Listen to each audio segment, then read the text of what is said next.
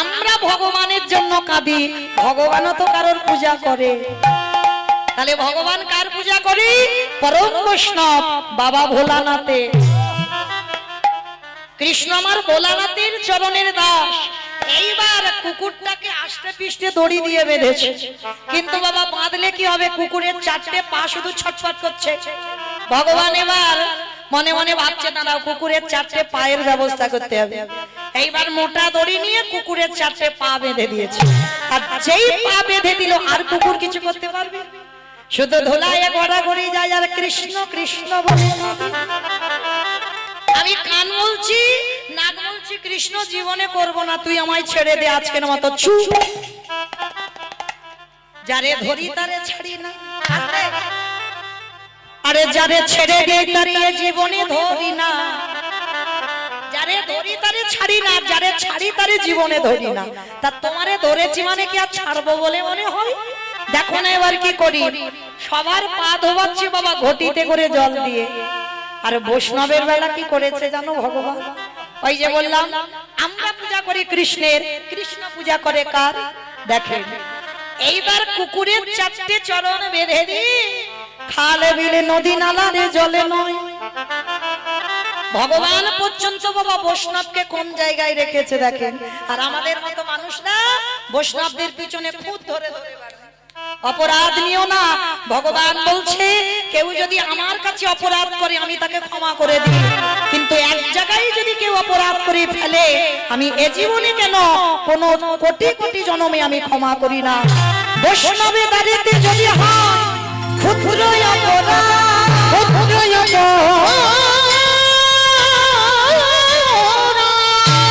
মহা মহা ভজনে পড়ে যায়।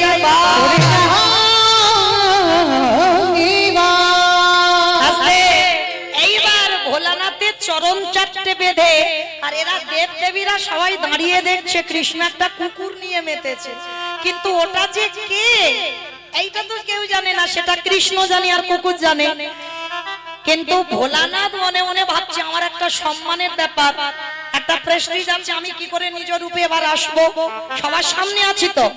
এইবার কৃষ্ণ খালে বিলে নদী নালারে জলে নয়, ওই কুকুরের চারটে চরণ বুকে ধরে। বাহ্যিক জগতের কোন জল নয়, তাহলে কোন জল দিল মা? আজ চোখের জলে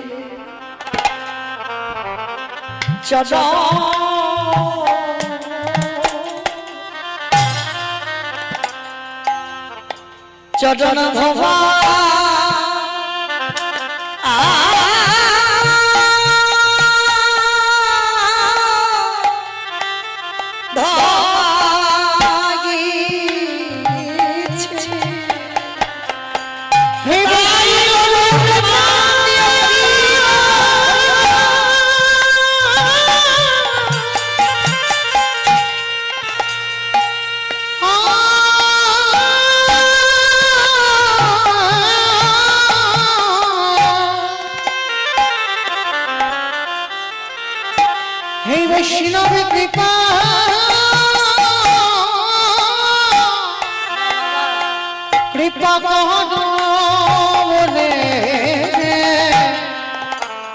আজ চোখের জলে চহর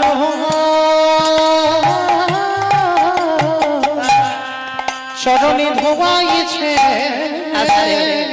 সেদিন আমার পরম বৈষ্ণব ভোলানাথ প্রতিজ্ঞা করেছিল কৃষ্ণ রে, এই যে রাজস্বাই যজ্ঞে তোরে চোখের জল আমার পায়ে পড়িল, পায়ে পড়িল কৃষ্ণ রে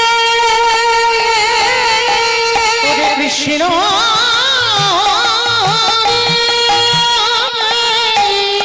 আমি তোর চরণ ছুঁয়ে কথা দিলাম, আগত কলিযুগে আমি আর শিব হব না। আমার মনে পড়ছে যেখান থেকে গিয়েছিলাম আবার ঘুরে ফিরে সেখানে ফিরে এলাম, পড়ছে তো মনে? কি বলেছিলাম? সত্যতে শিব, ত্রেতাতে শিব, দ্বাপরে শিব, কলিতে শিব নয়। আর কেন নয়? এই হচ্ছে বাবা তার কারণ। রাজস্বাই যজ্ঞে কৃষ্ণের চোখের জল ভোলানাথের পায়ে পড়েছিল বলে সেদিন ভোলানাথ প্রতিশ্রুতি দিয়েছিল, কৃষ্ণ আগত কলিযুগে আমি শিব হব না, আমি হব অদ্বৈত আচার্য গোসাই। তুই আমার কৃষ্ণ হবি না, তুই হবি নদী আর নিমাই চা। আমি 12 বছরে তুলসী ভাষায় তোকে ডাকবো, তোরে থেকে 52 বছর আগে এসে মাটি পরিষ্কার করব। তুই বৃন্দাবন থেকে নদিয়ায় নামবি, কলির জীবকে উদ্ধার করবার লাগি। আরে যেদিন আমি শান্তিপুর থেকে নদিয়ায় তোর কাছে যাব, তুই আর আমি দুজনে মুখোমুখি হব। এই যে রাজস্বী যজ্ঞে তোর চোখের জল কুকুরের চরণ ধোয়ালো, এই কুকুর তোর কাছে ঋণী হয়ে রইল। এই ঋণ আমি সেই দিন শোধ করব যেদিনে তুই নিমাই হবি, আমি অদ্বৈত হব। যেদিনে দুজনের প্রথম সাক্ষাৎ হবে, ওরে এমনি করেছ আমি ভোগাইব, আমি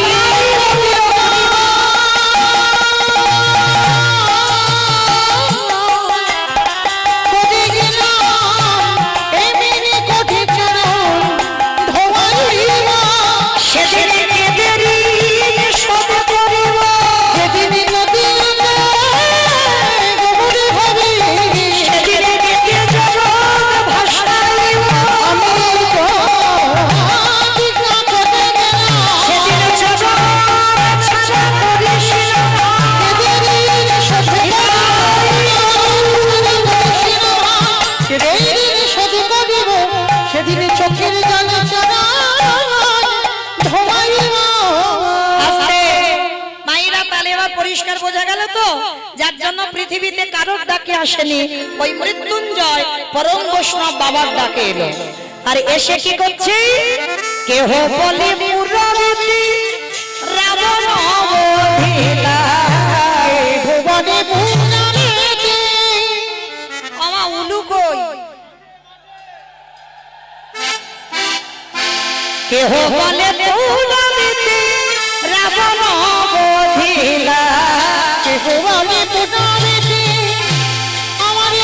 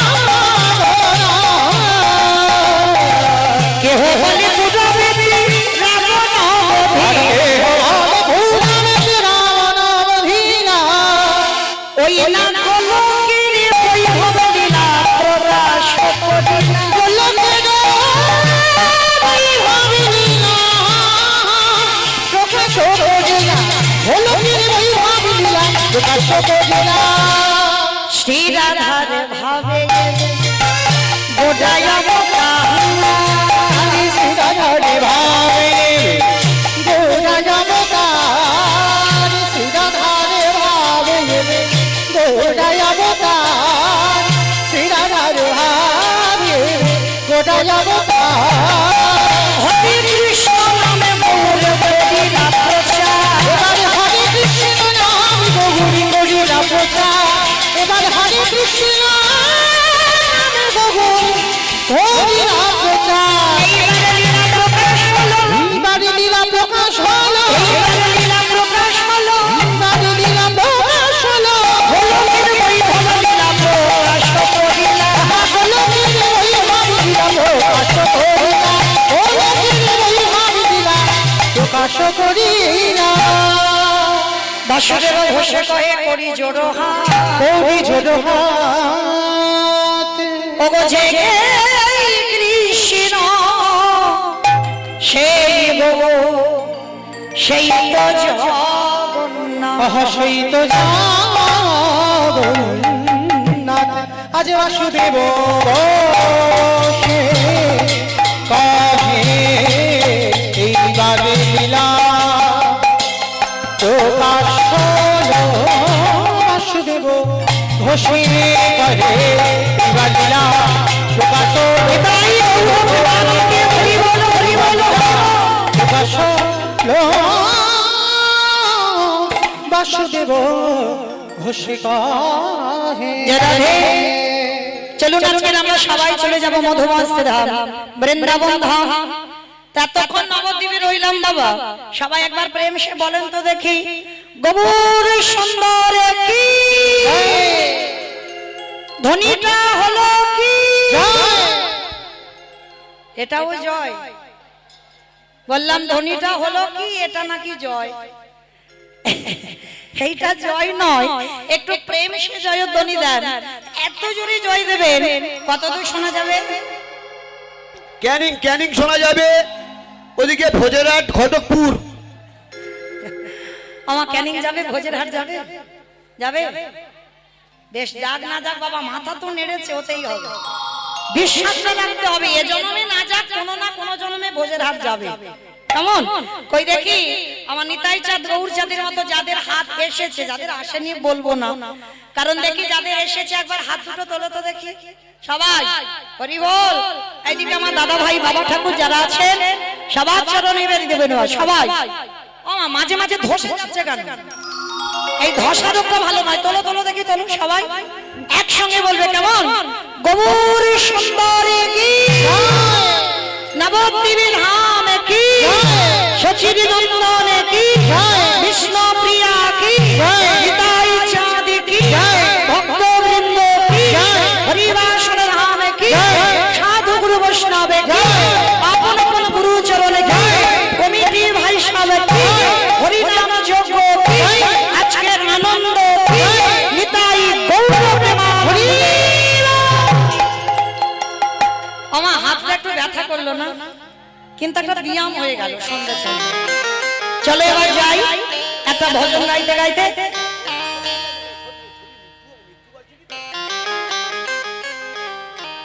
যে রাধে মালঞ্চ হরিবাস সেবা সমিতির সর্বক্ষণের সাথী ঈশ্বর ধন্যবালা মণ্ডলের আত্মা শান্তি কামনা করি। ও যে ছবি আছে আমি তো দেখতে পাচ্ছি না, যাই হোক আমার কমিটি তরফ থেকে যিনি ইহলোক হতে পরলোক গমন করেছেন তার আত্মা শান্তি কামনার্থে আমার রাধা রানীর কাছে সবাই প্রার্থনা করেছেন তার আত্মা যেন শান্তিময় হয়। সবাই একবার তার উদ্দেশ্যে বলেন, নিতাই গৌর প্রেমানন্দে হরি বল। অমাইরা চলেন একটা ভজন গাইতে গাইতে একটা বিষয়ে যাই, একটা হবে তো ভজন। বেশ, তবে আমি আর আমার সম্প্রদায় যাচ্ছি না, কিন্তু সবাই যাচ্ছে। তা যারা যারা যাচ্ছে কই দেখি একটু উলুধ্বনি দাও।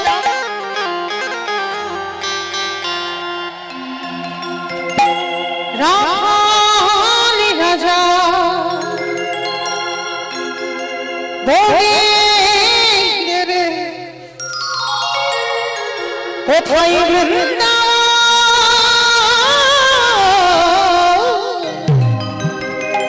রাধা কুন্দ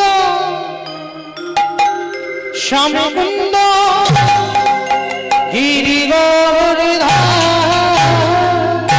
রাখালি রাজা বলে গিরি কোথায় রাধা কুন্দ শ্যাম কুন্দ গিরি রাখালি রাজা বলে গিরি কোথায় রাধা কুন্দ শ্যাম কুন্দ গিরি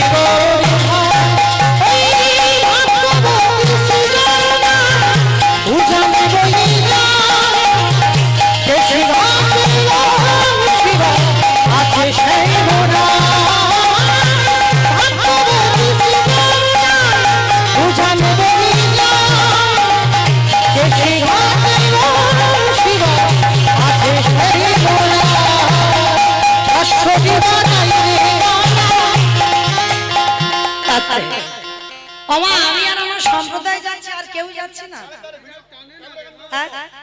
সবাই যাচ্ছি তো, যারা যারা যাচ্ছি আর একবার এই কান মুলে বলছি, মা কালী দিব্যি আর বলবো না।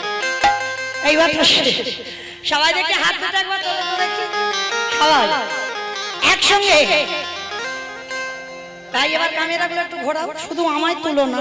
কেমন? কারণ আমার সঙ্গে সঙ্গে তো ওদের দেখতে হবে কার হাত উঠেছে কার ওঠে। সবাই একসঙ্গে তালে তালে করতালি দেবে, কেমন? ভাগ্যবতী সুজানা পূজারে হইয়া কেশে ঘাটে শিব আছে সেবা।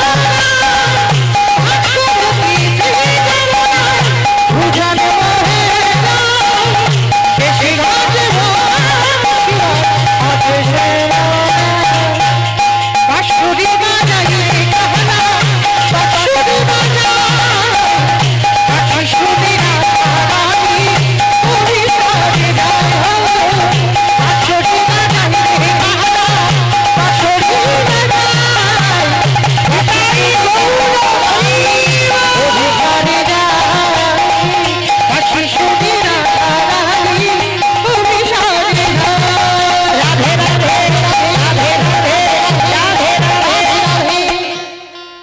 একটু রাধে রাধে বলছো?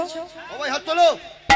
সন্ধ্যাবেলায় আমার বেলা তো একটু বলতে হবে, অন্যান্যদের বেলা বেশি বলো, আমার বেলা একটু কম বলো, কিন্তু বলতে তো হবে। তোলো দেখি সবাই, প্রত্যেকে যারা আমরা কৃষ্ণ নাম জপ করেছি জপের মালায়, সারাদিনে 50,000 1,25,000 যাই করো না কেন, এই রাধা শব্দটা উচ্চারণ করলে সারাদিনে ওই হরে কৃষ্ণ নামের থেকে অধিক হবে।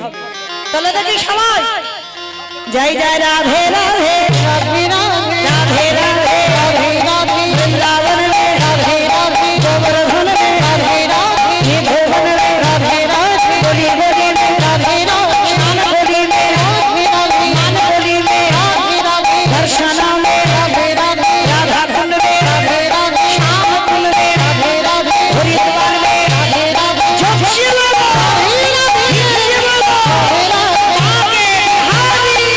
বাঁশুরি বাজাই রে গালা বাঁশুরি বাজাই বাঁশুরি বাজাই ওরে সারে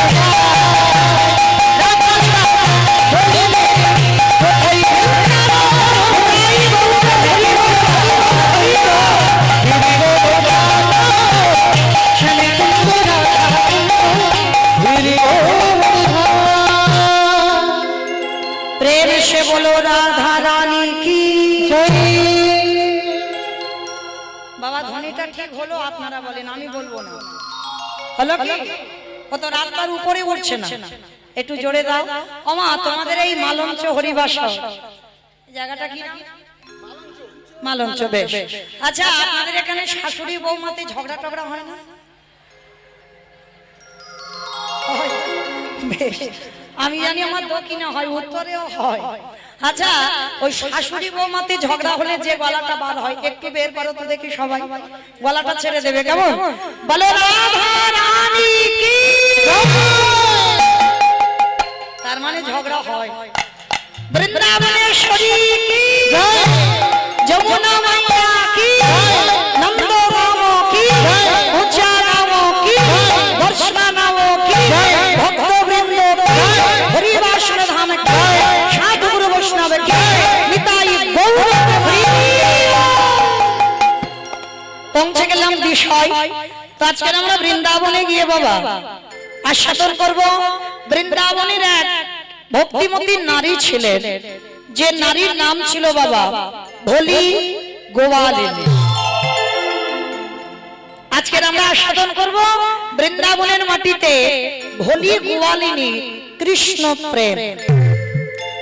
মায়েরা বেশিক্ষণ তো টাইম নয়, জানেন আপনারা, মাত্র আর 1 ঘন্টা, তো আরো কমে গেছে টাইম। তো যাই হোক, যতক্ষণ এই লীলাটুকু হবে একটু আস্বাদন করবেন, কেমন? এই ভোলি গোয়ালিনী একটা নারী জাতি, এর ব্যবসা ছিল কি? আমার গোয়ালা জাতিদের একটা জাত ব্যবসা আছে, বলো তো কি ব্যবসা? কি করা? ওমা নাকি দুধে জল দেওয়া। মানে ওইটা আমাকে হিসে করে বললো না, আমার বাবা দেয় না। কারণ বাবা সত্যি কথা বলছে, এই হরিবাসরে দাঁড়িয়ে আমার বাবা তো ছানার ব্যবসা, দুধের ব্যবসা তো নয়। যদি দুধ বিক্রি করতো তাহলে নয় জল পাইল করলে কাজ হতো, কিন্তু বাবার তো হিসাব ছানা, তাহলে দিতে তো হবে না, দিতে তো হবে, নাহলে ছানাটা কাটবে কি করে?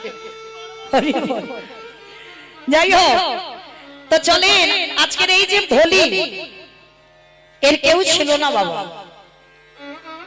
একাই বাস করত। আর ওই মায়ের একটা গাভী ছিল, মানে গোমাতা। আর এই গাভীটার এক বালতি করে দুধ হতো, এক বালতি করে, একটা গোমাতা এক বালতি করে দুধ দিত। আর প্রতিদিন ওই যে এক বালতি করে দুধ হয়, আর ভোলি কি করে জানো মা, প্রত্যেক দিন ওই যমুনা থেকে আরো আধ বালতি দুধে ঢেলে দেয়।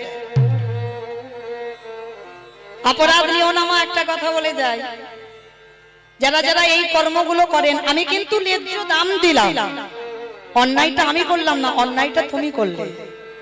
মনে মনে ভাবলাম না, ভাবছি কেউ তো দেখতে পাচ্ছে না, কিন্তু আমি যে দুধে জল পাইল করে বিক্রি করলাম, মানুষের চোখে ধুলো দেওয়া যায়, কিন্তু একজনের চোখে কি ধুলো দিতে পারবে? কিন্তু বলি একটা অভ্যাস ছিল কি জানো বাবা, দুধে জল দিলে কি হবে, ও প্রতিদিন বিনা পয়সায় এক গ্লাস করে দুধ আমার গোপীনাথকে দিত। এটা নিত্য, গোপীনাথকে না দিয়ে ভোলি জলস্পর্শ করত না। কিন্তু মনে রেখো বাবা, কর্মফল তো ছাড়বে না। কি গো মা, কর্মফল ছাড়বে?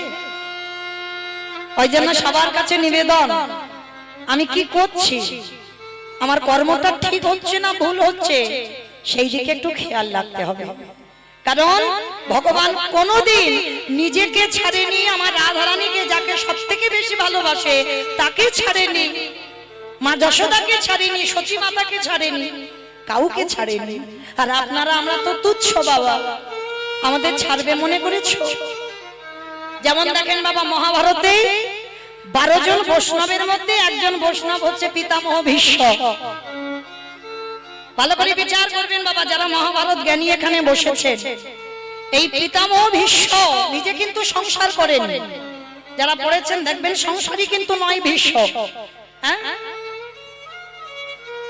তা এই ভীষ্ম সংসার না করেও কিন্তু বাবা কোলে পিঠে করে নাতি পুতিদের মানুষ করেছে, করেনি বাবা? হ্যাঁ, এদিকে এরা 100 জন, আবার এদিকে এরা 5 জন। ছেলের বাবা না হয়েও ছেলেদের মানুষ করেছে। কেন? শুধুমাত্র বাবার সুখের জন্য।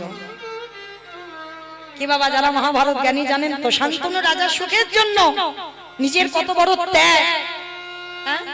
সত্যবতীকে যখন বিয়ে করলো, প্রতিজ্ঞায় আবদ্ধ করেছিল যে সত্যবতীর গর্ভে যারা আসবে তারাই হবে এই রাজ্যের রাজা। কিন্তু জ্যেষ্ঠ পুত্র ছিল কিন্তু গঙ্গা পুত্র ভীষ্ম। তবু কিন্তু বাবা ভীষ্ম মাথা নিচু করে বলেছিল, মা আমার বাবার সুখের জন্য, আমি দেখেছি আমার বাবা তোমাকে পছন্দ করেছে, নিরজনে আমার বাবাকে কাঁদতে দেখেছি, তাই আমি কথা দিলাম তোমার গর্ভে যে ভাইরা আসবে তারাই হবে এই বংশের রাজা। আমি তোমার চরণ ছুঁয়ে কথা দিলাম, আমি ওই রাজত্বে কোনো অধিকার নেব না। শান্তনু রাজা প্রথমে মেনে নিতে চাইনি, বলছে বাবা তুমি বিশ্বাস করছো না তো, আমি কথা দিলাম মাকে তোমার হাতে তুলে দেওয়ার জন্য আমি কোনোদিন নিজেই সংসারী হব না। সন্তান দেখো বাবা কেমন, বাবার সুখের জন্য নিজে সংসার করলো না, নিজে ব্রহ্মচর্য পালন করলো। শুধু ব্রহ্মচর্য করলো না, নিজে রাজত্ব ত্যাগ করে দিয়ে নাতিপুতি ছেলেদের মতো ওদেরকে মানুষ করলো। সংসারে থেকেও সন্ন্যাসী হলো, সংসারে থেকেও বৈরাগ্য পালন করলো। তাহলে আজকে এই পিতামহ ভীষ্ম এত ত্যাগী হয়েও বাবা তাকে মহাভারতে 10 দিন যুদ্ধ করার পর 58টা দিন সরসজ্জা করতে হয়নি বাবা। দেখেন 12 জন বৈষ্ণবের মধ্যে একজন বৈষ্ণব, তিনি 58টা দিন সরসজ্জার উপরে। ভালো করে ভাবেন বাবা, আমাদের পায়ে যদি একটা সূক্ষ্ম কাঁটা ফুটে যায়, আমাদের পায়ে কত ব্যথা লাগে, লাগে না বাবা? কাঁটাটা বার করে দেবে, কিন্তু কাঁটা বার করে দেওয়ার পরেও বাবা এখনো 2-4 দিন ব্যথা থেকে যায়। আর পিতামহ ভীষ্মের কথা একটু অনুভব করেন, অর্জুনের একটা একটা বাণ প্রত্যেকটা অঙ্গে গাঁথা রয়েছে। যখন রক্তের বন্যা বয়ে যাচ্ছে, ওই তীরের আগা থেকে রক্ত পড়ছে, পঞ্চ পাণ্ডবরা গিয়ে বলেছিল, দাদু তুমি এবার মরে যাও, তোমার এই কষ্ট, তোমার এই দুঃখ আমরা সহ্য করতে পারছি না, তুমি এবার মরে যাও। বাবা আমরাও বলি, দেখবেন সমাজে কোনো আমাদের আত্মীয় পরিজন যখন বিছানায় পড়ে খুব কষ্ট পায়, আমরা আত্মীয়রা ঠাকুরের কাছে ডাকি, ঠাকুর এবার মানুষটাকে নিয়ে নাও, কারণ ওনার কষ্ট আর দেখা যাচ্ছে না। ভীষ্ম সরসজ্জায় পড়ে আছে, অর্জুন বলছে, দাদু আমার জন্য আজকে তোমার এই দুর্দশা, আমার মানে তো তুমি সরসজ্জায় আছো। ভীষ্মের চরিত্র দেখেন বাবা, ভীষ্মের হাত দুটো তো আর জড়ো করতে পারছে না বাবা, বান মারা আছে, শুধু মাথাটা নিচু হয়ে আছে। কেন মাথাতে বাবা কোনো বান মারা ছিল না? কেন মাথাতে বান দেয়নি? একটাও বান মারেনি মাথাতে। কেন? কারণ এটাই সমাজকে শেখালো, বড় যদি হতে চাও আগে সাধুগুরু বৈষ্ণব চরণে, গুরু চরণে নত হতে শেখো। আর যদি তুমি নিচু হতে না পেরেছো, কোনোদিন তুমি উঁচু হতে পারবে না। আজকের ভীষ্মের কাছে সবাই এসে কাঁদছে, দাদু আমরা কত বড় ভুল করেছি। ভীষ্ম বলছে, অর্জুন তোমার এই বাণগুলো যে আমার গায়ে যখন গাঁথা আছে না, আমার কি মনে হচ্ছে জানো? ছোটবেলায় যখন তুমি দাদু দাদু বলে আমার কাঁধে উঠতে, আমি মাটিতে ঘোড়া হতাম, তুমি আমার কাঁধে চড়তে। আজকে তোমার এই বাণগুলো আমার গায়ে যখন গাঁথা আছে, মনে হচ্ছে অর্জুন আমাকে একেবারে আষ্টে পৃষ্ঠে জড়িয়ে ধরে আছে। যুধিষ্ঠিরকে জ্ঞান দিচ্ছে কি করে ধর্ম চালনা করতে হয়, কি করে ধর্ম চালনা করতে হয়, রাজ্য চালনা করতে হয়। ও দাদু এবার তুমি মরে যাও না দাদু, অনেকদিন তো হলো তুমি কষ্ট পাচ্ছ, তোমার তো ইচ্ছা মৃত্যু, মনে করলে মরবে আর মনে না করলে তুমি মরবে না। ও দাদু এবার মরে যাও না। ভীষ্মের এই চোখের কোণ দিয়ে বাবা জল টোপে টোপে পড়ছে। স্বরের বিছানার উপরে আছে তো, কাঁদজার বলছে, যুধিষ্ঠির আমি যে মরব, আমি মরেও শান্তি পাবো না। কেন দাদু তুমি মরে শান্তি পাবে না কেন? তোমার কি হয়েছে? কারণ আমি যে একজনের কাছে ঘোর অন্যায় করে রেখেছি। কে দাদু? সে আমায় ক্ষমা না করলে আমি কি করে মরি বলো? ও দাদু সে কে? বলে কেন তোমাদের ঘরণী দ্রৌপদী। দ্রৌপদীর কাছে ভীষ্ম অপরাধ করে রেখেছিল। বাবা আপনারা জানেন যেদিন পাশা খেলায় পাণ্ডবরা হেরে গেল, সবকিছু বাজি রেখেছিল, ভাইদের বাজি রাখলো, রাজ্যর বাজি রাখলো, নিজেও বাজি রাখলো, কিছু যখন ছিল না। দ্রৌপদী মা তখন ছিল রজশালা, দ্রৌপদীকে দুর্যোধনের কাছে বাজি রেখেছিল। মহাভারত সমাজকে এটাই শিক্ষা দিল, যারা বাবা জুয়া খেলায় মেতে যায় তারা দেখবেন ঘর বাড়ি পরিবার সব পর্যন্ত বিলি করে দেয়, তাই না মা? এমনকি দ্রৌপদীকে বাজি রেখে দিল। আর যখন দ্রৌপদীকে বাজি রাখলো, দ্রৌপদীর অনুমতি নেয়। দুর্যোধন আদেশ দিয়েছিল দুঃশাসনকে চুলের মুষ্টি ধরে যেন দ্রৌপদীকে কুরু সভায় আনা হয়। এনেছিল বাবা দুঃশাসন, আর চুলের মুষ্টি ধরে যখন টানতে টানতে আনলো না, এনে বাবা বক্ষের কাপড়টা ধরে টানছে। সবার প্রথমে দ্রৌপদী ওই দাদু ভীষ্মের কাছে গিয়ে করজোড় করে বলেছিল, দাদু ও দাদু তুমি তো এদের থেকে সব থেকে বয়স জ্যেষ্ঠ, তুমি কিছু তো বলো। দাদু, একটা নারীর যদি সম্মান চলে যায়, একটা নারীর যদি নিজের লজ্জা নিজে ঢাকতে না পারে, সেই নারীকে এই সমাজ কোনোদিন আর নারী বলে না। অপরাধ নেবেন না মা, এখানেও দ্রৌপদী একটা শিক্ষা দিয়ে গেল। সমাজে দেখবেন বাবা, কোন কোন মেয়ে এমন এমন জামা কাপড় ব্যবহার করে যাদেরকে দেখলে বাবা আমরা নারী হয়ে লজ্জা বোধ হয়। এটা বাস্তবের কথা বলছি, কিন্তু দোষটা কিন্তু বাবা তাদের নয়, দোষটা হচ্ছে তার বাবা মা। যখন মেয়েটা ঘর থেকে পার হলো, যদি বাবা মার চোখে লাগতো তাহলে ওই পোশাক পরে কোনোদিন বাইরে বেরোতো না। তাহলে যাকে দেখলে একটা নারী লজ্জা বোধ করে, তাহলে বাবা পুরুষরা তো তাকাবেই বটে। তাহলে দোষটা তো পুরুষদের নয়, দোষটা তার বাবা মা। তাহলে মহাভারতে বাবা অপরাধ নেবেন না যে আমি জ্ঞান দিচ্ছি, আমি বলছি না। মহাভারতে দ্রৌপদী বলেছিল, যে নারী নিজের লজ্জা ঢাকতে না পারে, যে নারী নিজের লজ্জাটাকে সমাজে বিলিয়ে দেয়, তাকে সমাজ কোনোদিন নারী বলে গণ্য করে না। নিতাই গৌর প্রেমানন্দে। তাই তো আজকের দ্রৌপদী কাঁদছে, দাদু মাথা নিচু করে আছে, কিছু বলছে না।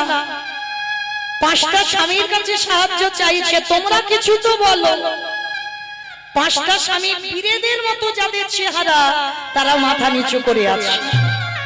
অষ্টগুরু দ্রোণাচার্যের কাছে বলল, গুরুদেব তুমি তো কিছু বলো। গুরুদেবও মাথা নিচু করে আছে। কেউ যখন কিছু করতে পারছে না, সব শেষে দ্রৌপদীর চৈতন্য হলো, ও তার মানে একটা নারীর সম্মান চলে যাচ্ছে আর তোমরা দাঁড়িয়ে দাঁড়িয়ে দেখছো, তার মানে তোমরা তোমার আসল আপন নয়। তাহলে আমার প্রকৃত আপন যে হবে, একবার তো আমি তার কাছে যাব। কি বাবা, এই ভুলটা আপনারা আমরা করে ফেলি না? প্রত্যেকের জীবনে তো দুঃখ কষ্ট আসে। প্রথমে দেখবেন আত্মীয় পরিজন বন্ধু বান্ধব গ্রাম প্রতিবেশীর কাছে সব বললাম, বলে যখন বাবা কেউ কিছু করতে পারলো না, তখন সব শেষে তো আমরা ভগবানের চরণ ধরি।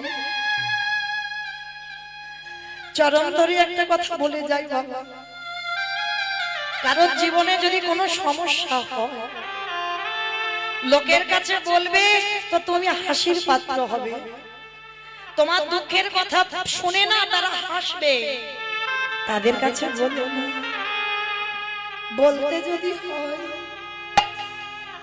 আমার ভগবানের চরণ আশ্রয় করো।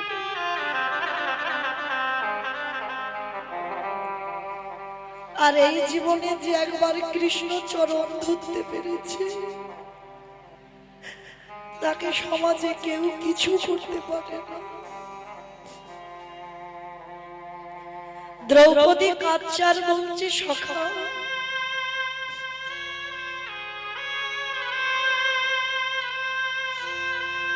আমার পাঁচটা স্বামী কিছু করলো না, দাদু দেখছে, গুরুদেব দেখছে,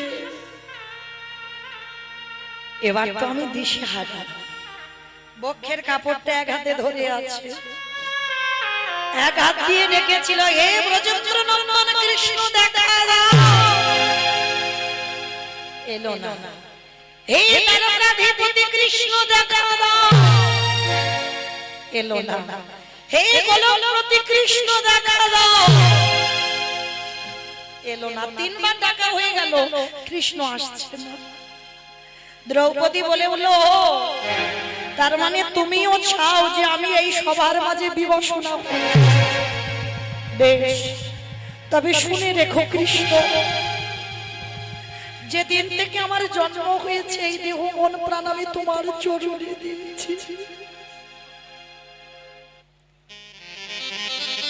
আমার বলতে যা কিছু আছে আমি সব তোমার দিয়ে দিয়েছি।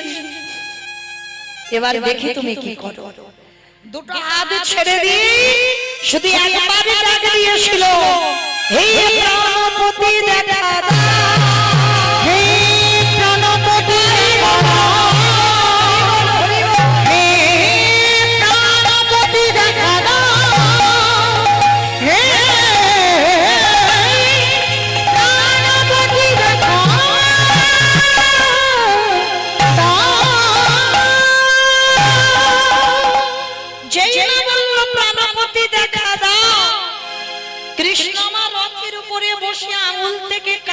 কাপড়টা খুলছে, এই কাপড়টা তো দ্রৌপদী দেওয়া বাবা, জানো তো? সেই শিশুপাল যেদিন বধ হয়েছিল, হরি বলে একটু দাঁড়া, শিশুপাল যেদিন বধ হয়েছিল সেদিন ওই দ্রৌপদী যে হাতে সুদর্শন ধরেছিল, আঙুলটা কেটে গিয়ে রক্ত ঝরে ঝরে পড়ছে।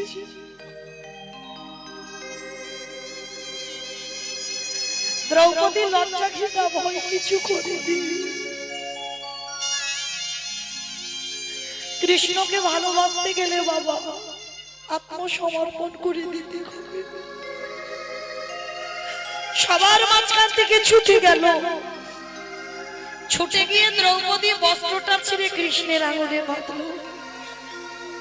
কৃষ্ণ বলেছিল, দ্রৌপদী যেদিন তোমার বস্ত্রের প্রয়োজন হবে একবার তুমি হা কৃষ্ণ প্রাণ কৃষ্ণ বলে দেখো, আমি পৃথিবীর যেখানে থাকি না কেন আমি তৎক্ষণাৎ তোমার কাছে এসে আমি বস্ত্র জুগিয়ে দেব। আজকে সেই দিনটা কৃষ্ণ আঙুল থেকে কাপড়টা খুলে যেখান থেকে বস্ত্র শেষ সেখান থেকে বস্ত্র জুড়ে দিল। যখনই বস্ত্র টানছে আর শেষ হচ্ছে না বাবা। আর দুর্যোধনদের একটা ভাই ছিল যার নাম বিকর্ণ। বিকর্ণ বলছে, দুঃশাসন পারবি না, দ্রৌপদীকে রক্ষা করবার মালিক এসে গেছে।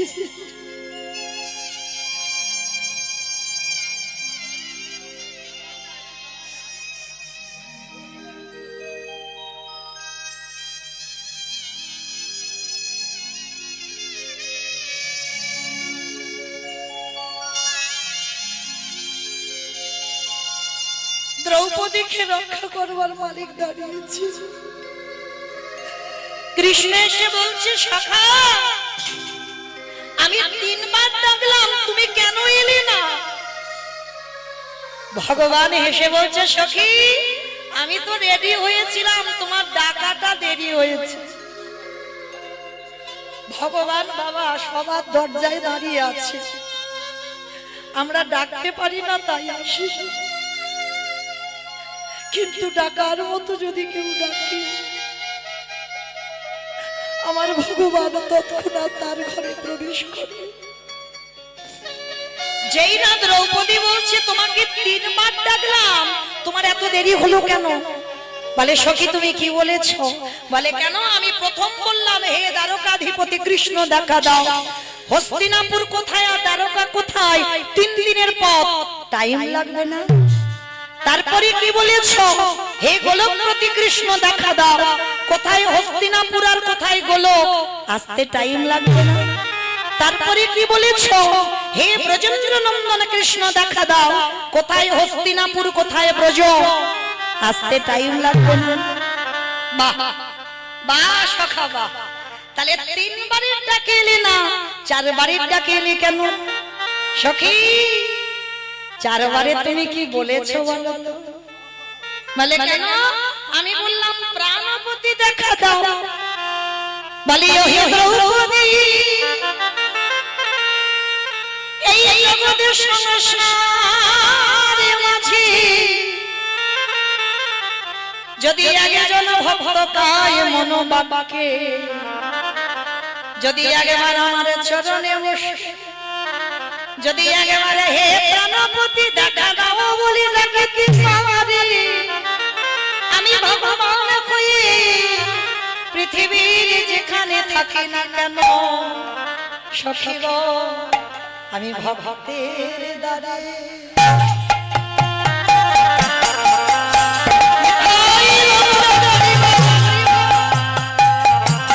দাদা ছোটে যে জন্য ডাকার মতো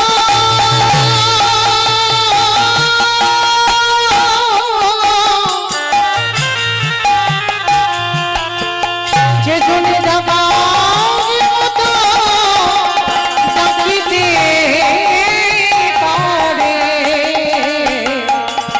সেই ভক্তে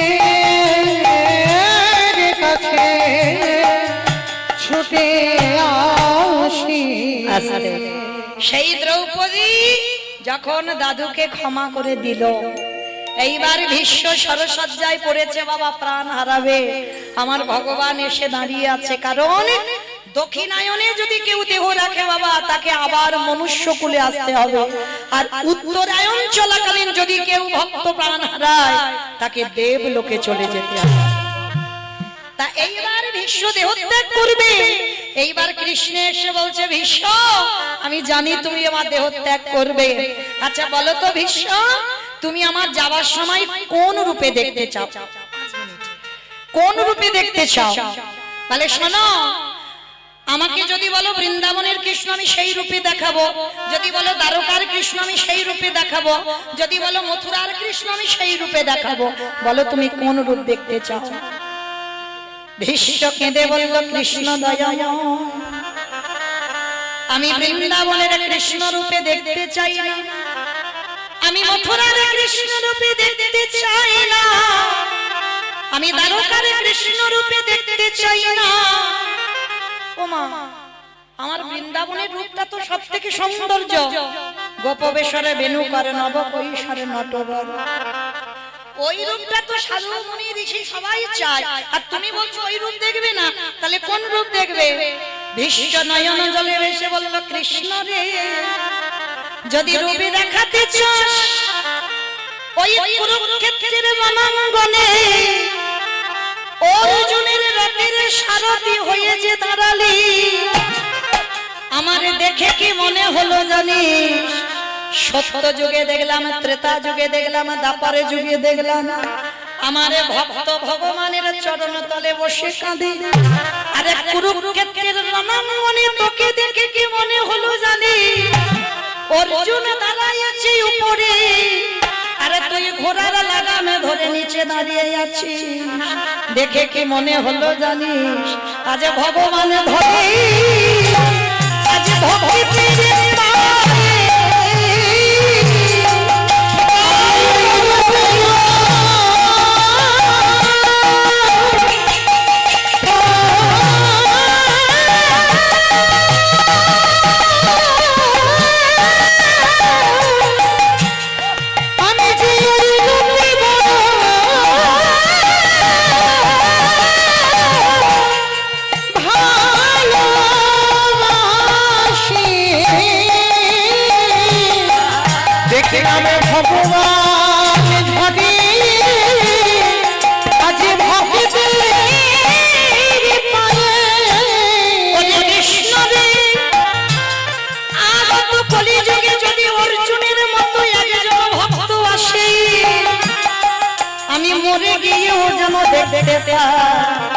তুই ভক্তের সম্মুখেতে ভালো হয়ে আছিস।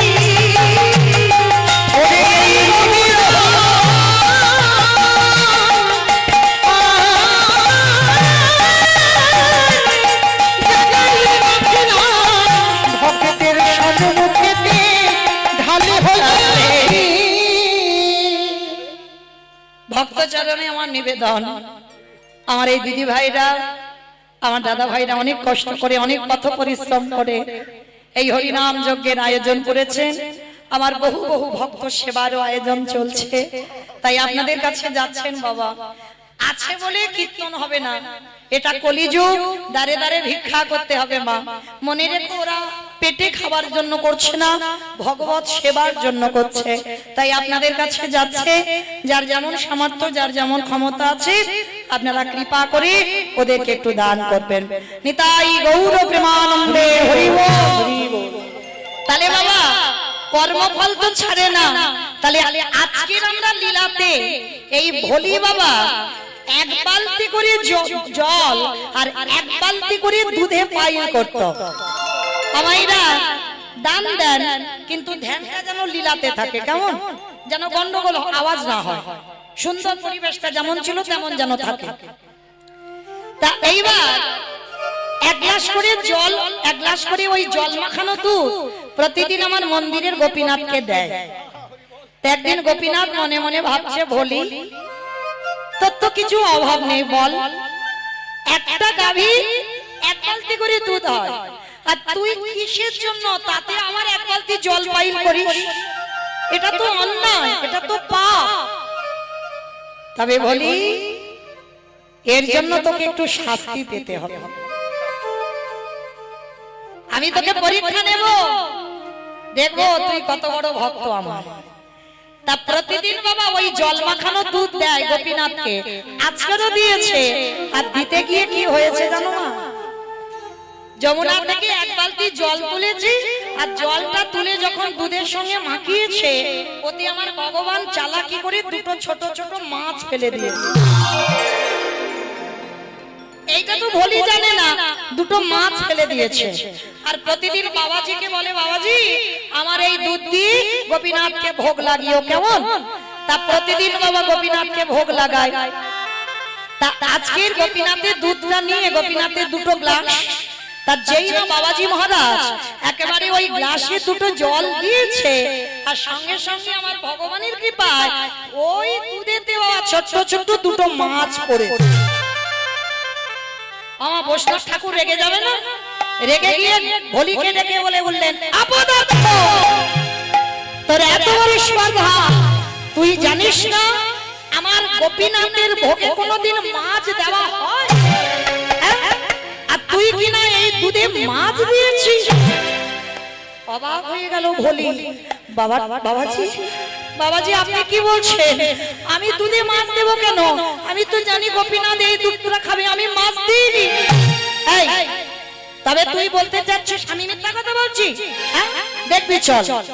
হাতটা ধরে টানতে টানতে নিয়ে গেছে, আর নিয়ে গিয়ে যেই না গোপীনাথের গ্লাসের দিকে তাকিয়েছে, বাবাজি মহারাজ দেখছে বাবা গ্লাসে দুটো মাছ ভাসছে, কিন্তু ভোলি দেখছে কোন গ্লাসেই মাছ নেই। সবটাই ভগবানের পরীক্ষা। এইবার ভোলি দেখে বলছে, বাবাজি কই আমি তো মাছ দেখতে পাচ্ছি না। তবে রে, তার মানে তুই আমাকে মিথ্যাবাদী বানাতে চাইছিস? হ্যাঁ, আমি নিজের চোখে দেখছি দুটো গ্লাসে মাছ চড়ছে, আর তুই বলছিস মাছ নেই। ওই গ্লাসে দুধটা ঢেলে দিয়ে ভোলির হাতে দিয়ে বলছে, দূর হয়ে যা, আজকে থেকে তুই মন্দিরে কোনোদিন পা দিবি না, আর আজকে থেকে তোর এই গ্লাসে দুধ নিয়ে আমার গোপীনাথের সেবা হবে না, হবে না, হবে না। গ্লাস ভর্তি দুধটা ভোলিকে দিয়ে দিল। মনে রেখো মা, যার যেমন ভাব তার তেমনই তোলা। গ্লাসের দুধটা ভোলি বুকে করে নিয়ে বলছে, গোপীনাথ। বাবাজি ঠাকুর বলছে মাছ আছে, কিন্তু আমি তো দেখতে পাচ্ছি না, বল।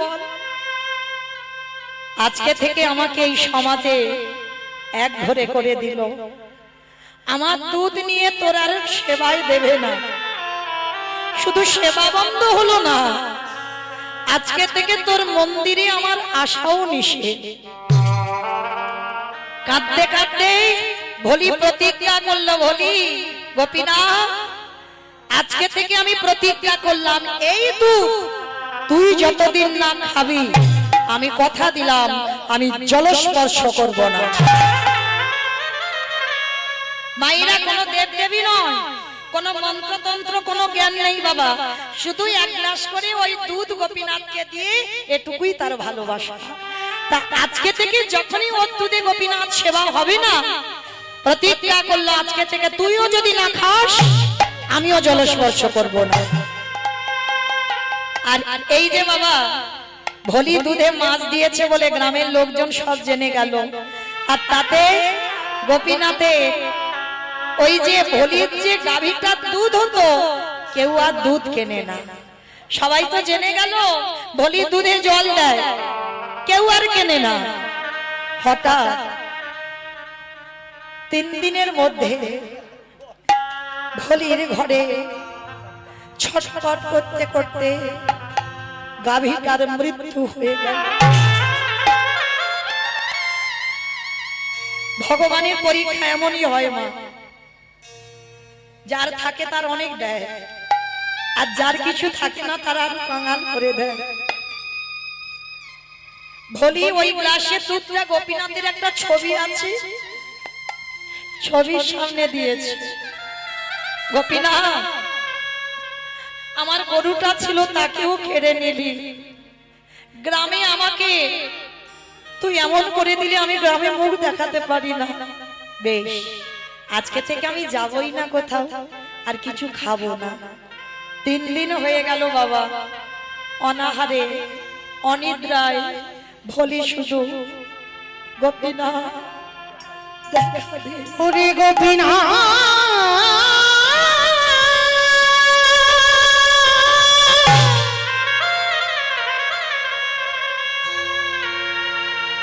একেবারে দেখা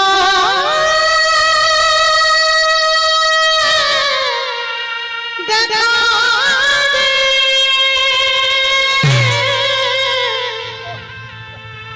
ওরে তুই নাকি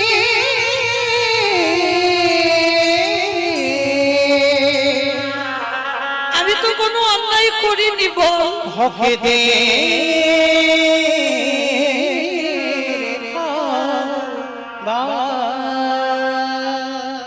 3 দিন হয়ে গেল, 4 দিন হয়ে গেল, 5 দিন হয়ে গেল, বাবা ভক্ত আছে বলে তো ভগবান সেবা পায়।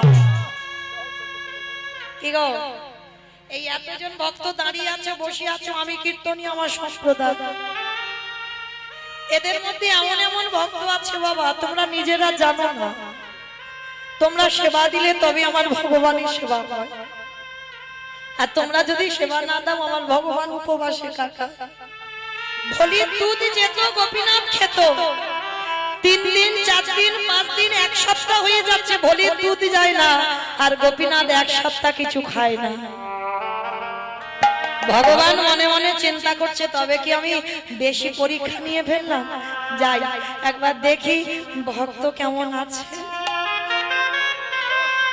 একাদশীর পরের দিন দ্বাদশী, আর মনে রেখো মা, ভগবান বেশিরভাগ ভক্তের বাড়িতে যায় দ্বাদশীতে, আর এই দ্বাদশীতে আমাদের টাইম মতো পারণটা ঠিক করতে হয়।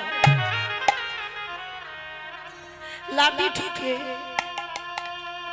যেমন আজকের আমাদের সেই সৌভাগ্য তিথি দ্বাদশী তিথি, এই দ্বাদশীতে ভগবান একটা বৈষ্ণব রূপ ধারণ করেছে, জীর্ণ মলিন বস্ত্র, হাতে একটা লাঠি, বয়স্ক মানুষ, লাঠি ঠুকতে ঠুকতে আজকের ভোলির দুয়ারে এসেছে, এসে ডাকছে ওমা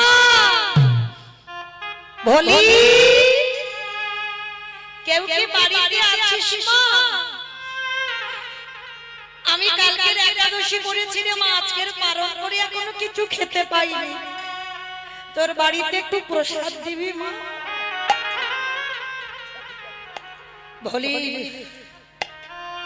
ভোলির যেই না কানে আওয়াজ গেছে, ছবিটার কাছে দুধটা রেখে 1 সপ্তাহ বাবা সেই দুধটা কিন্তু ফেলেনি, কারণ বাবাজি মহারাজ দেখেছে ওতে মাছ আছে, কিন্তু ভোলি তো দেখেনি।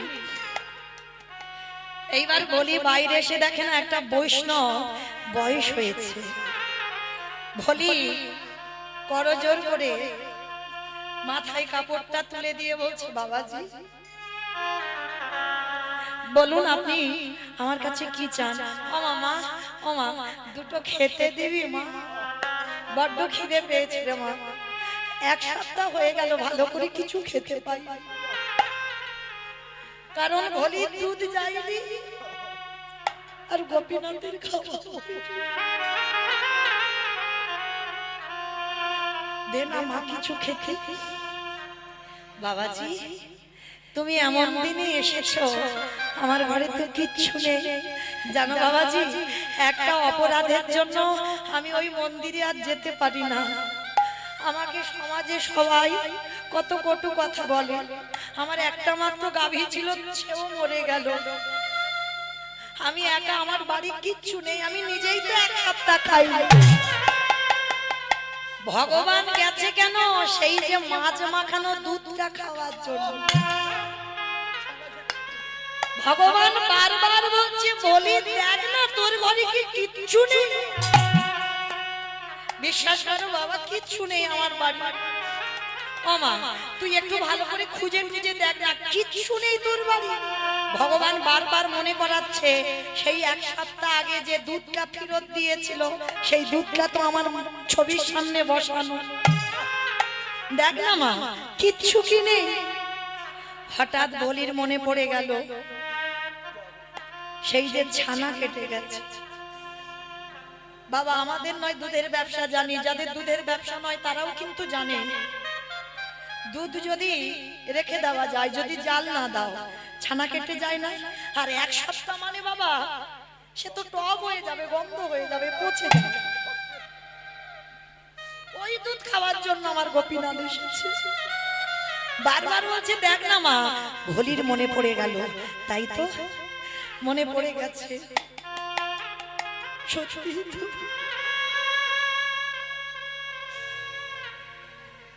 আমার মন্দির থেকে তো ফেরত দিয়েছিল যে গ্লাসের দুধ, কিন্তু বাবাজি তো বলল ওতে মাছ আছে, কিন্তু আমি তো মাছ দেখিনি।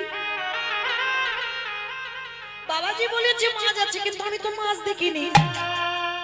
গোপীনাথ, অপরাধ হয় হো, আমি এই মাছ মাখানো দুধ আমি আমার গোপীনাথকে মনে করে ওই বয়স্ক বাবাজিকেই সেবা দেব। তাতে যত অপরাধ হয় তুই আমার মাথায় দিয়ে আমি পেতে নেব, কিন্তু এক সপ্তাহ যে বুড়ো লোকটা সেবা পাইনি আমি একটু দেব। ওই গ্লাসের দুধটা নিয়ে গেছে, আর ভগবানের যেন আনন্দের সীমা নেই। ওই ভক্তের হাতে যেই না দুধটা দেখেছে, ভগবান আকুপাকু করে তাড়াতাড়ি করে ওই ভক্তের হাত থেকে ওই প্রেম মাখানো, ওই যে ভালোবাসা মাখানো ওই দুধের গ্লাসটা কিনে ওরে ভোলি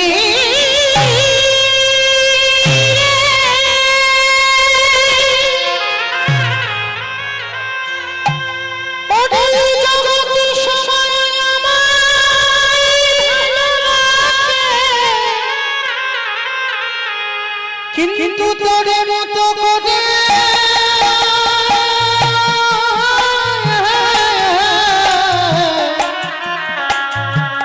ভক্তি দিয়ে আমার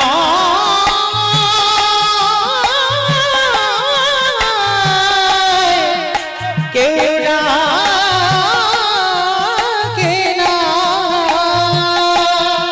গোপীনাথে তাড়াতাড়ি করে ভোলির হাত থেকে গ্লাসটা কেড়ে নিয়ে ভগবানই আমার সাগরে ওই ভক্তের প্রেমে মাখানো ভালোবাসা মাখানো এক সপ্তাহ আগে কারা ছানা কেটে জামা দুধ আমার গোপীনাথ কেমন আনন্দে গ্রহণ ও যে ভক্তি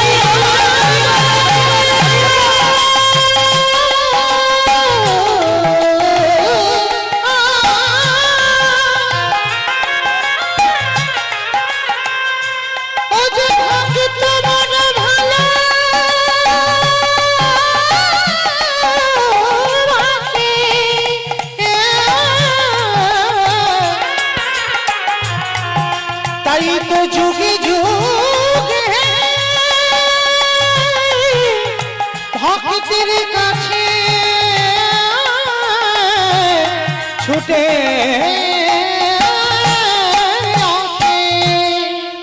এইবার গোপীনাথ বৈষ্ণব সেজে বলছে ওমা বড় তৃপ্তি পেলাম রে মা তোর ওই দুধটা খেয়ে। ও মামা, এবার একটু রাত্রিবেলাটা তোর বাড়িতে একটু থাকতে দিবি মা। অট্টালিকা শ্বেত পাথরের মন্দির ছেড়ে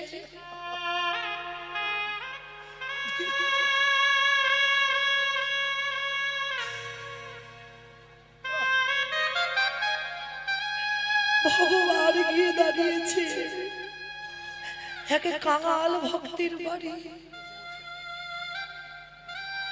বললাম একটু থাকতে দিবি। ভোলি মনে মনে চিন্তা করছে এক অপরাধে আমি মন্দিরে যেতে পারি না, আবার যদি এই বাবাজিকে আমার ঘরে থাকতে দিই এই সমাজে আমাকে দ্বিচারিণী বলবে, আমাকে কলঙ্কিনী বলবে। বাবাজি আমি তো একা নারী জাতি থাকি, আপনি যদি আমার ঘরে রাত কাটান, সকালবেলা হলে সমাজ আমাকে কত কটু কথা বলবে। ও মামা, আমার তো বয়স হয়ে গেছে, বল একটা কাজ কর, তুই বরং ঘরে থাকবি, আমাকে একটু খড় বিছিয়ে দিবি, আমি তোর একটু উঠানে থাকবো। কি গো, ভগবান আনন্দ সেখানেই পায়, ভক্তের প্রেম আর ভক্তি যেখানে আছে। ভগবান রজনীগন্ধার মালা দিয়ে সাজতে চায় না, ভগবান কোনদিন শ্বেত পাথরের মন্দিরে থাকতে চায় না,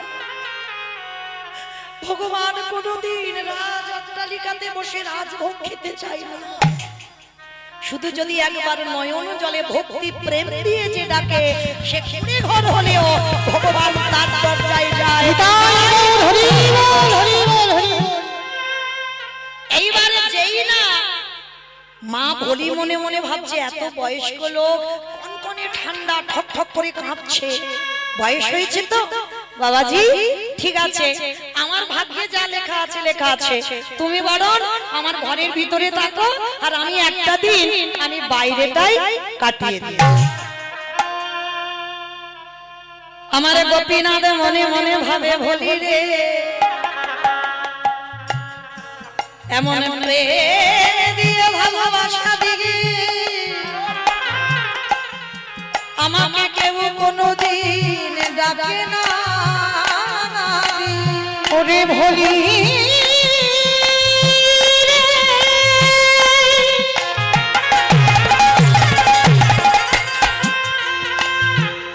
ওরে এমন অনুরাগ না হলে কি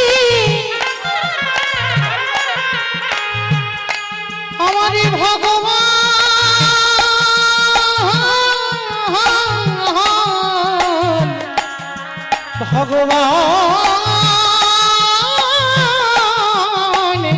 পাওয়া যায় রে। এইবার ভোলি উঠানে খড়ের উপরে ঘুমিয়েছে বাবা, ঠান্ডার সময় ঠক ঠক করে কাঁপছে। আর নারী জাতি তো একটা পরপুরুষ রাত্রিবেলা ঘরে ঘুমিয়েছে, যতই বয়স্ক মানুষ বাবাজি হোক, ভোলির ঘুম আসছে না। রাত্রিবেলা জানালা দিয়ে দেখছে বয়স্ক বৈষ্ণব ভগবান ঠান্ডায় কাঁপছে। ভোলির ঘরে কিছু নেই, আছে একটা শত ছিদ্র ছেঁড়া কাঁথা। ভোলি মনে মনে ভাবছে, যাই হোক, আমি একটা দিন আমি কাপড়টা গায়ে দিয়ে কাটাতে পারবো, বয়স্ক মানুষ ঠান্ডায় কষ্ট পাচ্ছে, সেই ছেঁড়া শত ছিদ্র কাঁথাটা গোপীনাথ রূপী বৈষ্ণবের গায়েতে দিয়ে দিয়েছি।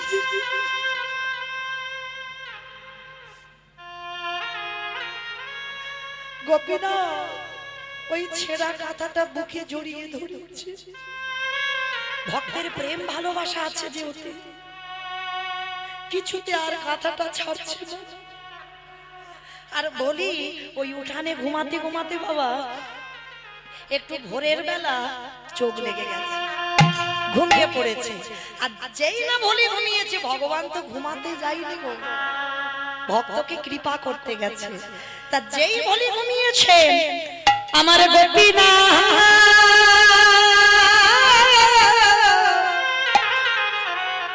ওই ভোলির ঘর থেকে এসে মন্দিরে গোপীনাথের গায়ে ছিল দামি একটা শাল, ওই নিজে ছেঁড়া কাঁথার বদলে ওই দামি শালটা নিয়ে ভোলির ঘরে গিয়ে ভোলির গায়ে ঢাকা দিয়েছে। কেমন ভক্ত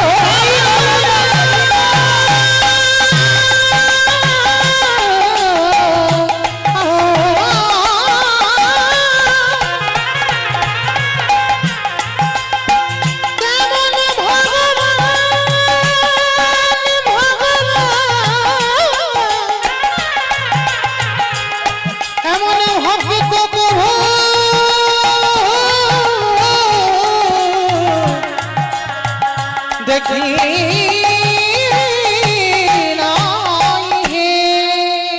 ভোলি তো জানে না তার গায়ে কি দিয়ে গেছে, সকাল হয়ে গেল, কাকপক্ষী ডাকছে, ভলির একটু দেরি হয়ে গেছে, ওই ভোরের বেলা ঘুমিয়েছে না, আর উঠে দেখে না, তাড়াতাড়ি করে ওই গায়ে কি আছে ওটা খেয়াল নেই, তাড়াতাড়ি করে উঠে দরজার ভিতরে গিয়ে দেখে না সে বাবাজি নেই, বাবাজিও নেই, আর তার ছেঁড়া কাঁথাটাও নেই।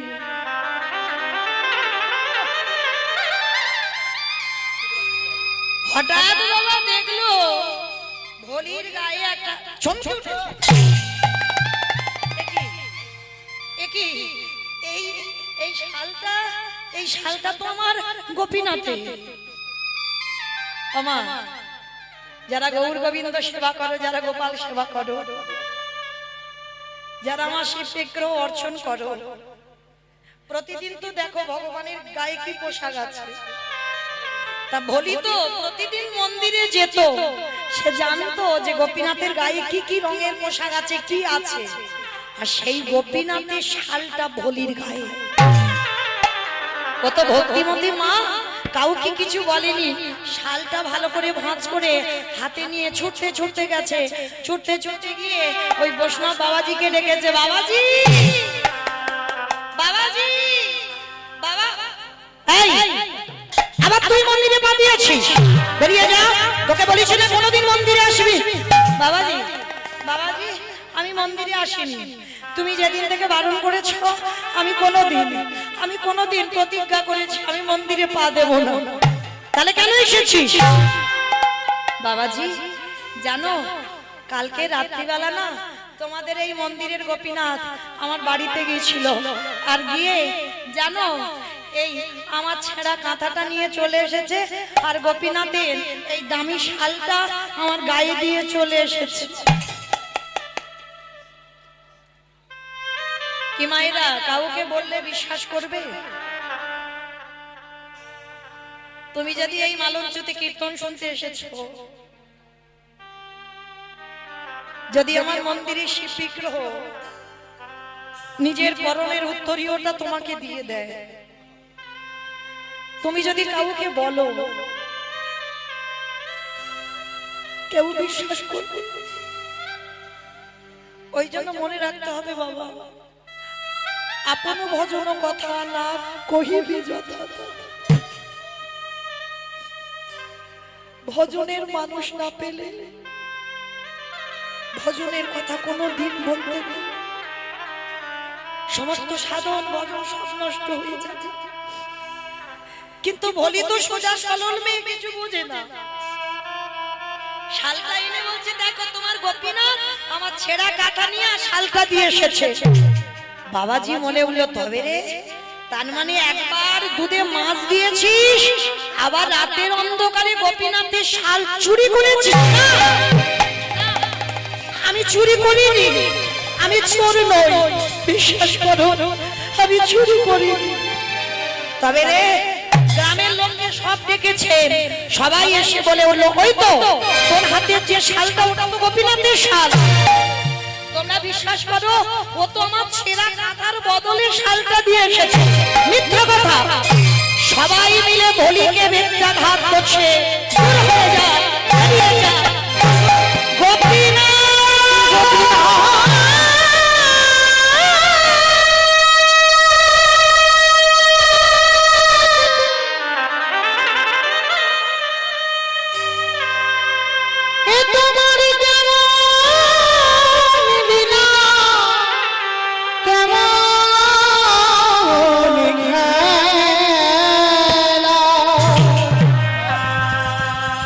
পাখি দেখা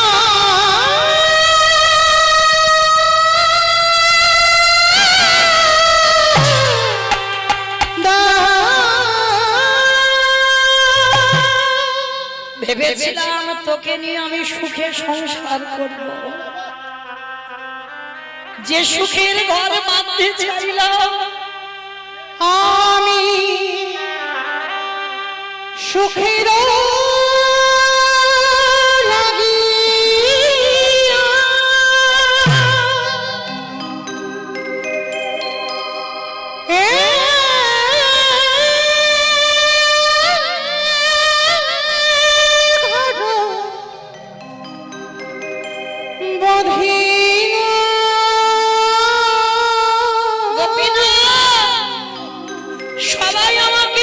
আছে তুই অন্তত একবার সরিয়ালে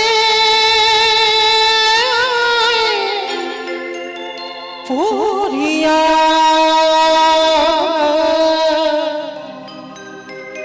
গেল রে আমি চলে যাচ্ছি কোনোদিন আর আসবো না। সবিয়ানে পুরিয়া গেল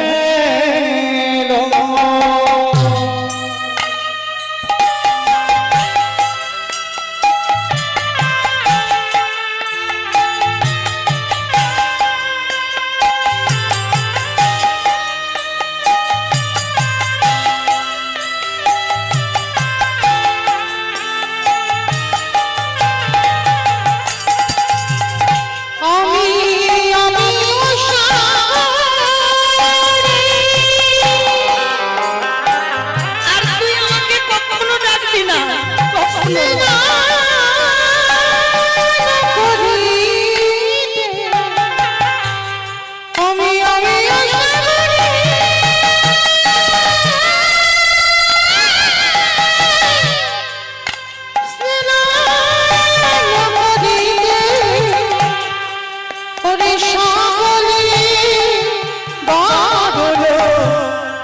হেলো রে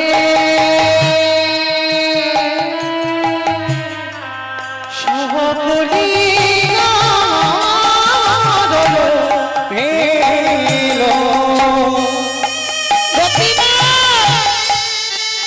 এখনো কি আমার চোখের জল তোর পায়ে যায় না? কেন এত কাঁদা?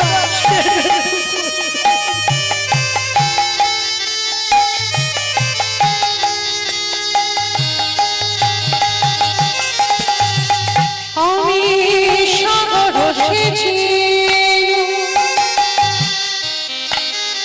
মানি কোনো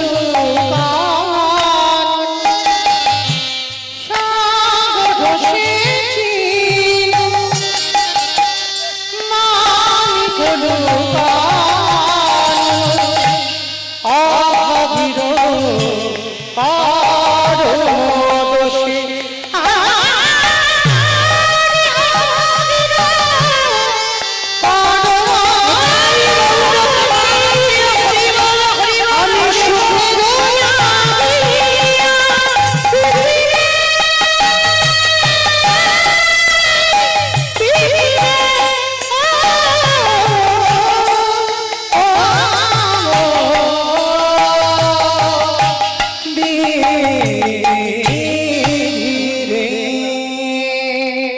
আজ নয়নের জলে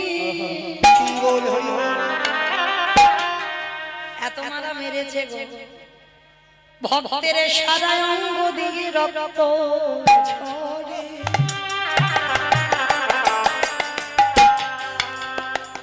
আরে কি আমার মন্দিরে গোপীনাথ থাকতে পারি? ভক্তের প্রতিটা অঙ্গের আঘাত ভগবান অঙ্গে ধরেছে। সিংহাসনে বসেছিল, ভগবান মুখ ঢুকে পড়ে আছে। এত মারা মারছে বলি কে? শেষ পর্যন্ত বাবাজির কষ্ট হচ্ছে। বাবাজি বলছি দাদা ওকে মেরো না, ও তো এত মার মারছো তো মরে যাবে মেয়েটা, দাঁড়াও দাঁড়াও দাঁড়াও।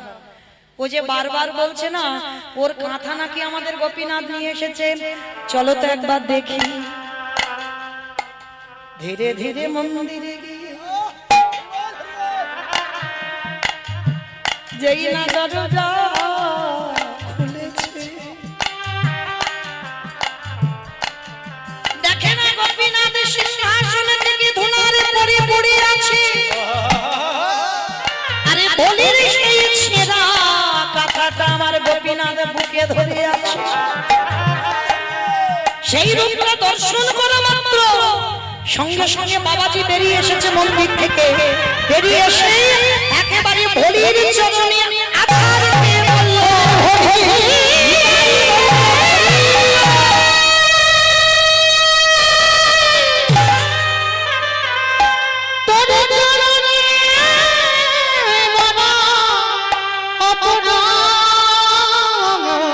করেছি, তুই যদি পারি আমায় ক্ষমা করে দে। বলি চমকে উঠলে কি কি বাবাজি আমার পায়ে পড়ছো কেন? কি হয়েছে তোমার? যেই না চরণটা ধরেছে বলি পাটা ছাড়িয়ে দিয়েছে, বাবাজি পা ছাড়ছে না। বলি রে এই জগৎ সংসার মাঝে ভগবানকে ডাকলে হবে না,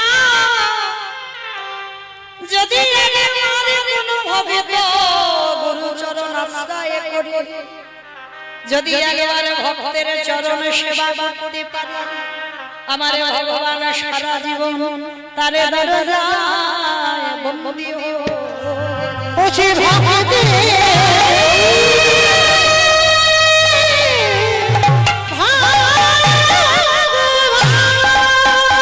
সে যে ভক্ত ভালো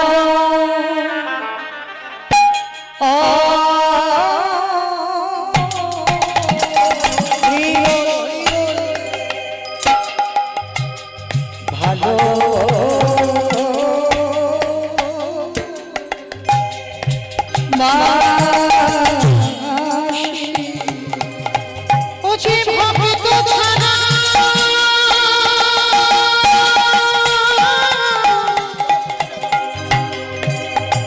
ও যে ভক্ত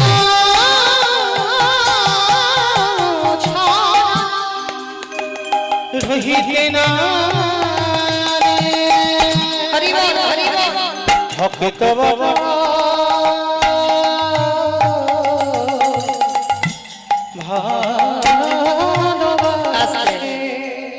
গোপীনাথ দৈববাণী করলো, পূজারি তুমি প্রতিদিন আমায় ভালোবেসেছো ডেকেছো বটে, কিন্তু ওই বলির এক গ্লাস করে ওই দুধ খাইয়ে সারা জীবন আমায় কিনে নিয়েছে। বাবাজি মহারাজ গিয়ে বলল, বলি আজ থেকে আমি গোপীনাথের সেবা করব না, আজ থেকে আমি তোর চরণ সেবা করব। আর শোন, আর এই তোর চরণ সেবা করতে করতে আমি একদিন যদি তোর কৃপা পেয়ে যাই, তাহলে অচিরে কৃষ্ণ কৃপা পাবে। ভক্ত জানা সেবা করিলে অচিরে কৃষ্ণ কৃপা হবে। এইবার বলি নয়ন জলে যেই না কাঁদলো, ভক্ত বাৎসল্য ভগবান থাকতে পারলো না। বলিকে বললো, বলি তোর সাধনা সঠিক, তোর ভজন সঠিক, তোর নয়ন জলে আমি সারা জীবন তোর কাছে ঋণী হয়ে রইলাম। তাহলে মায়েরা মনে রাখলে কি এইটুকু লীলা শুনে, ভক্তি যার কৃষ্ণ তার সর্বশাস্ত্রে কয়, ভক্তি না থাকিলে কৃষ্ণ দেখিও বা কিবা হয়। শ্যামের বামে শ্যামের বামে শ্যামের বামে দাদা এলো নবীন কিশোরী গো। শ্যামের বামে দাঁড়াইলো নবীন কিশোরী, শ্যামের বামে দাঁড়াইলো নবীন কিশোরী, ললিতা বিশাখায়া দে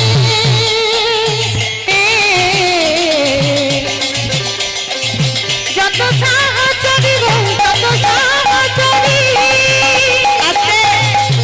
মাইরা যাবার সময় দেখি আবার কবে দেখা হবে বলা তো যায় না, বাঁশি বাজলে চলে যেতে হবে।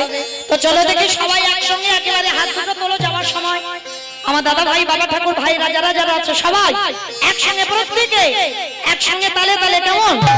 তেরো পাতায় পাতায় দিচ্ছে করতালি, তেরো পাতায় পাতায় দিচ্ছে করতালি গো, তেরো পাতায় পাতায় দিচ্ছে করতালি। অচিরে রাখি মাটিরা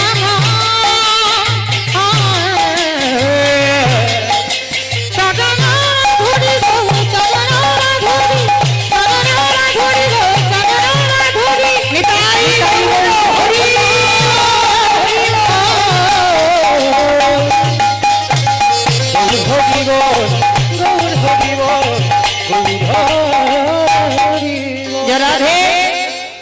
আপনারা ভালো থাকবেন, সুস্থ থাকবেন। পরবর্তী আমার দিদি ভাই আসছেন, এই লীলা পরিবেশন করবেন। আজকের কারণ মতো আপনাদের চরণ থেকে বিদায় নিলাম। শুভরাত্রি। আজ ভক্তয়ারে ভগবানের মিলন হইল, প্রেমানন্দে সবে মিলে হরি হরি